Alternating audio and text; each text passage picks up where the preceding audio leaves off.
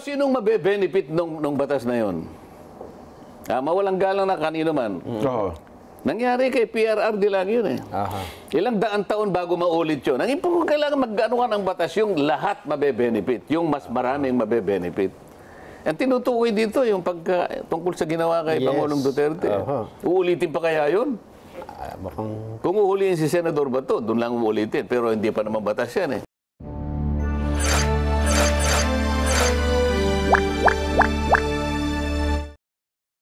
Senador Rodante Marcoleta, hindi po sang-ayon sa mungkahing panukalang batas ni Senadora Amy Marcos. Pero bago po ang lahat, gusto ko muna po kayong batiin. Nandito po tayo ulit sa Boy Opinion TV. Lahat po ng inyong opinion at komento ay welcome po sa ating YouTube channel. Magandang araw Pilipinas at sa lahat ng Pilipino, saan man sulok ng mundo. Marami pong salamat sa ating mga manonood, sa ating mga subscriber. At kung kayo po ay hindi pa nagsusubscribe, please po, pakisubscribe naman. Salamat po. Kagaya nga po ng aking nasabi, parang hindi po sang-ayon si Senador Rodante Marcoleta sa mungkahi pong panukalang batas ni Senadora Amy Marcos.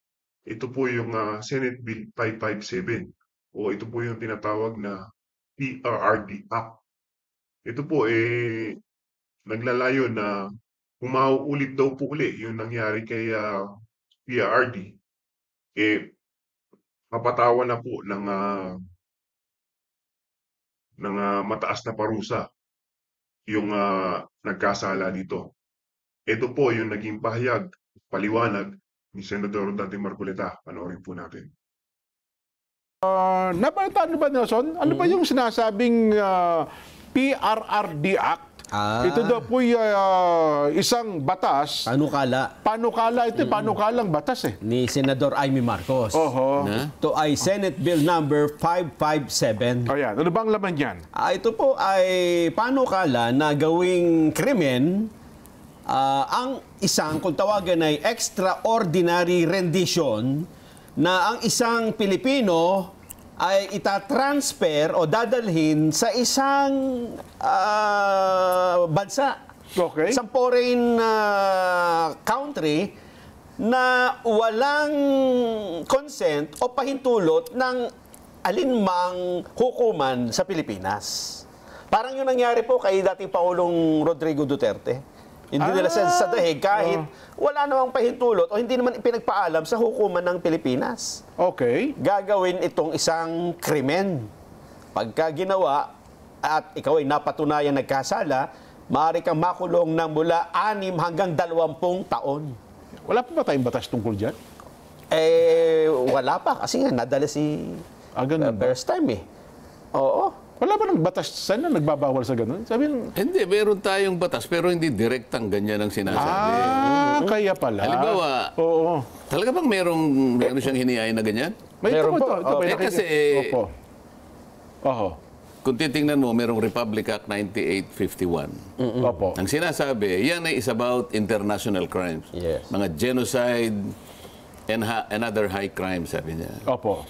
Lahat ng mapapatunayan na nagkasala ng krimen na binabanggit sa batas na ito ay uusigin dito sa ating bansa. Ang jurisdiction dito. So hindi mo na kailangan yun. Sapagkat magkakasala ka rin sa batas na yun. Hindi lang tinupad eh. Kaya nga tama naman yung ginawa nila na nagsimula sila sa investigasyon. Hindi ko naman alam kung tatapusin ba yun o hindi. Yun ang problema ng mga komisyon nag-iimbestiga eh. Mag-iimbestiga ka. Pagkatapos, bigla na lamang iaatras o bigla na lamang mawawala. Hindi naman papaliwanag kung ano nangyari. Ayun na nga. Sa kamara ganun din. Kung minsan magtatanong ka, bakit tayo to? Sir, magtanong na lang po kayo sa taas. Puro ganun eh. Hindi nga, wala ba kayo paliliwanag? Baka naman sa Senado, boss, tama na yung dalawang hearing. Pwede ba yun? Ako ang record ko, ang hiniring ko sa Congress. Deputy Speaker yun, tinapos ko yun. Kahit na sino pang makialam. Kahit Speaker pang makikialam, hindi ka makikialam. Tatapusin ko yan. Dapat ganun. Para yung tao maniwala, ganito ang Ganito ang pamamaraan. Opo. Taka may Hindi ko rekomendasyon. kinikriticize yung yung bill na yon. Bakit hindi ko pa nakita yon? Pero sinong mabe-benefit nung batas na yon? Mawalang galang na kanino man. Oo. Nangyari kay PRRD lang yun eh. Ilang daan taon bago maulit yun. Ang kailangan mag-ano ka ng batas, yung lahat mabe-benefit. Yung mas maraming mabe-benefit. Ang tinutukoy dito, yung tungkol sa ginawa kay Pangulong Duterte. Uulitin pa kaya yun? Kung uhulihin si Senador Bato, doon lang uulitin. Pero hindi pa naman batas yan eh. 9851, okay na yun eh. Di ba? Di ba? Oo nga po. Ilang tao ba ang mabe-benefit sa batas? Palagay mo, sige, nagtalo-talo kami. Ginugol namin ng 3 taon. Nais sa batas ito. Ano pangalan? PRRD Act. Oo. Sino ang uusigin pa maliban kay dating Pangulong Rodrigo Duterte? Meron pa kayang mangyaring kagaya niya, no? Na hindi pagpapaalam sa korte. Wala na siguro. Sino sino makikinabang sa batas na yan? Di ba, hindi ba ang batas national? Dapat maraming makinabang. Kung isa lang. Meron pa, tinatanong ko, meron pa ba? Baka wala na eh. Baka naman doon. Wala nang jurisdiction ng ICC. Magyayabang ba yan na mag-i-issue pa ng warrant of arrest? Oo nga. Ito sa para sa kabatiran ng ating mga kabayan. Kasi ito magiging laman ng ating Vox Populi. Yan ba? Opo. Para lang magkaroon ng kabatiran ng ating mga kababayan, ano ba itong pinag-uusapan namin? Naihain daw po kasi sa Senado ang tuluyan na pong ipagbawal at gawing krimen ang extraordinary rendition. Ito daw po yung persahang pagpapatapon sa ibang bansa sa isang opisyal o mamamayan ng Pilipinas na inaakusahan sa ibang bansa gaya ng nangyari sa dating Pangulong Rodrigo Duterte nang hindi dumaan sa legal na proseso ng bansa. Ito daw po yung Senate Bill 552 o pinawag po nilang Duterte Bill. Inihain po ito Senadora Amy Marcos. Papatawan po ng mabigat na parusa ang sinumang sangkot sa ganitong mga hakbang. Iginiit po na labag sa ligang batas ang ginawa ng isang opisyal o ng mga opisyal ng gobyerno nang ipatapon po sa International Criminal Court ang dating Pangulong Digong dahil sa mga kaso ng extrajudicial killings, gayong wala naman siyang kinakaharap na kaso dito sa Pilipinas. Ayan. Umapila naman ang senadora sa Office of the Ombudsman na aksyonan ang mga nakapending na kaso na may kinalaman po sa pagkapatalsik sa dating Pangulong Rodrigo Duterte. Sa ngayon daw pala, si Marcos po nasa kasalukuyan po nasa dahig kasama si BP Inday Sara Duterte. Ayon po sa pangalawang Pangulo, hiniling na ng kanyang ama sa ICC sa pamamagitan po ng kanyang abogado na payagang makapasok si Marcos sa ICC premises. Ayon. Well, basically, Sen, sana payagan siya. Bakit ka mo? Opo. Kasi hindi ako pinayagan eh. Ayun, tama. Para makapasok din ako, di ba? Ayun, kung meron ng nauna, di pagkasumulat pala, pwede. Hindi, pero yun munang PRRD Act. So yun daw pala, Sen, ang nilalaman. Sabi ko nga sa inyo, meron na tayong Republic Act 9851. Opo. Na ang isang tao, ang isang residente natin dito sa ating bansa, Pilipino. Opo. Hindi mo naman siya basta-basta mauusig o mapoprosecute o kaya editin nang hindi mo sinasang-alang-alang yung ating batas dito sa ating bansa. Yun namang Rome Statute na yan ang kumakatawan sa ICC. Ang kanyang pinakasentro naman ay yung tinatawag na principle ng complementarity. Okay. Ibig sabihin, inuuna muna yung karapatan ng isang national o estado na siya muna ang gumawa ng pang-uusig sa nakalabag ng ganitong klaseng krimen bago sila. Lalong-lalo na kung yung local domestic court ay willing and able na gumawa ng bagay na yan. Opo. Wala naman nagsabi na ang ating bansa, yung mga korte natin, mga prosecution service, di man sila nagsabi, kami po'y walang kahandaan, kami po'y walang kakayahan ayaw po namin gumanap ng tungkulin namin na mang-usig po ng krimen na binabanggit po ng batas na ito. Wala namang sabi Wala pong ganun, Sen. Opo. Ang katotohanan ng bansa natin ay open, bukas, Opo. umiiral, nagpa-function lahat. Eh bakit mo dinala ron si Pangulong Duterte? Aha. Ako, meron din akong resolusyon, dalawa eh. Opo. Oh. Eh siguro sa Lunes kasi Sasabihin niyo pa lang po. pinanalyze ko pa lang eh. Opo. Oh. Kasi yung act na yan, okay lang kung meron pang susunod sa loob ng 100 taon, meron pang uhuliin, eh yun ang makikinabang dito sa batas na to. Pero ako, yung aking yung dalawang resolusyon ko, magpinsang buo. Okay.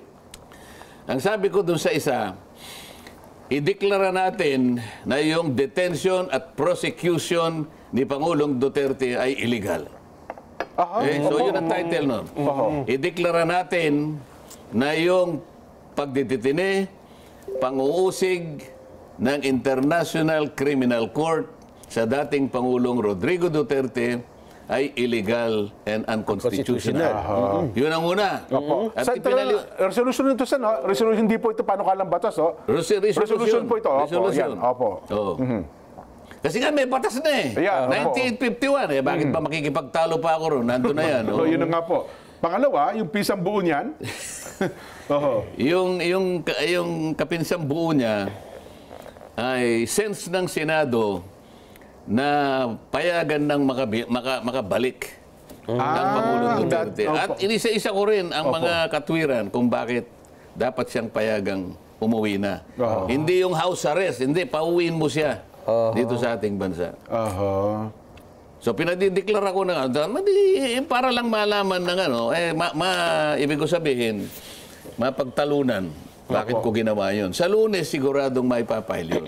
Kung ito po'y maipile at aktuhan na, anong pwedeng maging akto ng Senado sa isang resolusyong gaya ng ihahain nyo, Sen? Kaya gusto kong pag-usapan, kaya gusto kong pagtulungan ng Senado, na yung sense ng Senado, kung tutulungan nila, kung gusto kong mangyari, sa panig namin, gusto naming madeklara.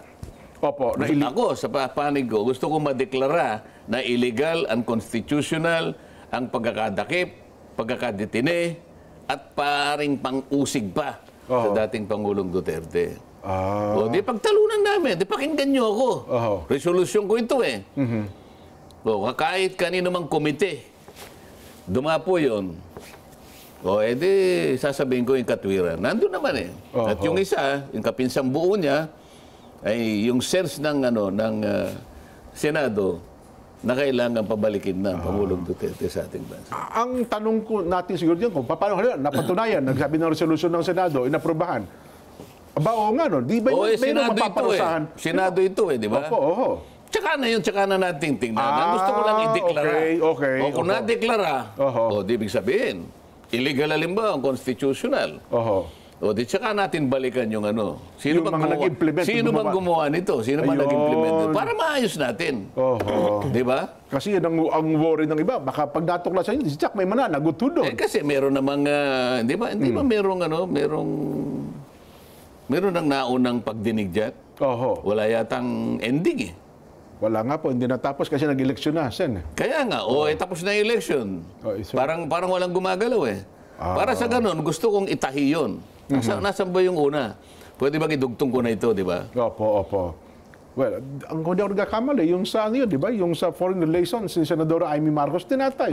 Nagkataon parang ibibigay sa akin ng foreign relations. Ayun, sinasabi ko. Para magkaalaman na kasi. Di ba? Dapat nga ituloy yun. Yun naman pala. Pero anyway, isangkot na natin ang ating mga kababayan. Teka, paano isasangkot ngayon? Magtatanong tayo, Sen. Pagaluin mo yung tatlo, ha? Huwag lamang yung isa. Ganun. Diniscuss mo yung pending panukalang batas. PRRD Act. Meron akong dalawang resolusyon. Diba? Lagumin mo ngayon. Yun, si Nelson. Hindi nagsasalita si Nelson. Si Nelson ngayon. Hirap namang lagumin yun na sige. Tatlo. Lagumin mo lang. Kasi yung ito isa, yung PRRD Act, tapos yung panukala na deklarang unconstitutional at pauwiin ang dating Pangulo. Lagumin mo nga. Maya-maya ng konti, bigyan kita ng 3 minutes. Kasi ang tatanong sana natin sa ating mga kabayan, dapat bang maaprubahan bilang batas yung PRRD Act? Ngayon, kung ang gusto nyo idugtong natin, yung dalawang resolusyon po ninyo, paano natin i-incorporate dito sa ating pangungusap, Nelson? Hindi kasi nga dinidiscuss natin. Na hindi naman tayo, wala naman tayong ginagawang anuman. Kaya mo lang yung panukalang batas lang yun eh. Kaya lang kung tatantyahin mo, sino bang makikinabang sa batas na yan? Di ba? Mukhang isang tao lang po. Sino ba ang pagsisikapan muli ng pamahalaan sa pamamagitan ng mga hensyang pinangyarihan ng pagkakadakip kay Pangulong Duterte? Sino ba ang pagtityagaan pang ganun ang gagawin? Oo nga po naman. So kung wala, sino makikinabang sa batas na yan? Wala din kasi... So 1 in 100 years, kamo na lang. Halimbawa, in 100 years, meron na namang gano'n. Hindi natin alam kung ano yun. Yung doon pa lang makikinabang. Sa ngayon, halimbawa, batas na ngayon. Opo. Oo. Hindi makikinabang lang si Senator Bato.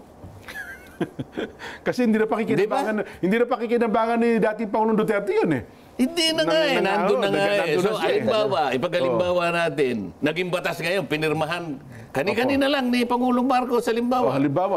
Hindi pa natutuyo yung yung tinta. Pinapaareso si Bato ngayon. Kinabukasan ngayon. Oo, gano. Galing ng Hong Kong. O hinuli. Diyan lang makikinabang si Senator Bato. Sino pa? Mukhang wala na nga akong maisip. Sino pang pagtityagaan? Sino pang gagawa ng war on drugs? Sino bang matapang ngayon na lalabanan niya ang droga? Sapagkat siguro wala nang gagawa sa takot ng lahat ng gagawa ng mabuti, gagawin na aayusin para makinabang ang taong bayan. Pagkatapos mong gawin pala ito, ikukulong ka lang. Sino gagawa pa nun? Wala. Pagkatapos ang termino niya, target pala siya ng ganyan. Kaya nga, so sino ngayon ang makikinabang sa batas na yan? Di wala. Hindi ko naman kinikriticize. Kaya lang ang sinasabi ko, kung i-declare lang natin na ang Constitution na illegal ang pagkakatakip ng dating Pangulo, baka merong makinabang. At lalong maraming makikinabang. Di ba? Nga. Wala nang mag-iisip niyan. Lahat ngayon ay siguro mag-iisip ng 2 beses muna bago niya gawin yan. Kung halimbawa may preventive ngayon ito. Nako, Nelson, okay na tayo? May 3 minutes ka na. 5 minutes ka na. Napakahirap pagsama-sama. Ang haba. So sabihin mo, alin po ang gusto nyo sa 3? Amo na lang. Nga, no? ABC tayo. ABC. Ito po, aprobahan yung PRRD Act. B, yung deklarang unconstitutional. Ano ba yung dapat na bigyan ng atensyon? Ganun na hindi pipili. Ano ba ang dapat na bigyan ng atensyon ng Senado? Alin ang dapat na bigyan ng pangunahing atensyon? Pangunahing atensyon ng Senado. Yung panukalang batas na ganito? O yung 2 resolusyon na ganito? Yan. Ano naman yan eh? A or B? A, alin ang dapat na bigyan ng atensyon ng Senado. Yan. Ito pong PRRD Act, kasi yung title niya, nakadugtong ang PRRD Act, o yung 2 resolusyon na sendante na una, ideklarang na magpinsang buo unconstitutional yung pagkakahuli sa dating Pangulong Duterte. At pabalikin na siya rito. Yan po yung naging paliwanag at pahayag ni Senator Rodante Marcolita regarding nga po dito sa mungkahi pong batas ni Senadora Amy Marcos, yung nga pong Senate Bill 557 o tinatawag po na PRRD Act. Ako po, totoo naman po yung sinabi ni Senador Rodante Marcolita, na kung magiging batas po itong panukala ni Senadora Amy Marcos, sino po ang makikinabang? So, may batas po, pero hindi po pangkalatan yung makikinabang nito, kagaya po ng nasabi ni Senador Rodante Marcolita. Kasi po, kung gagawa po sila ng batas, dapat po, ang makikinabang po, yung pangkalahatan, kagaya nga po ng sabi niya. Well, hindi ko naman po sinasabi na mali po yung panukalang batas po o mungkahing batas ni Senadora Amy Marcos. Maganda po yan. Pero ang nga lang po, parang late na po nung ginagawa po nila, di ba ho? O yung batas po na gagawin, medyo late na po.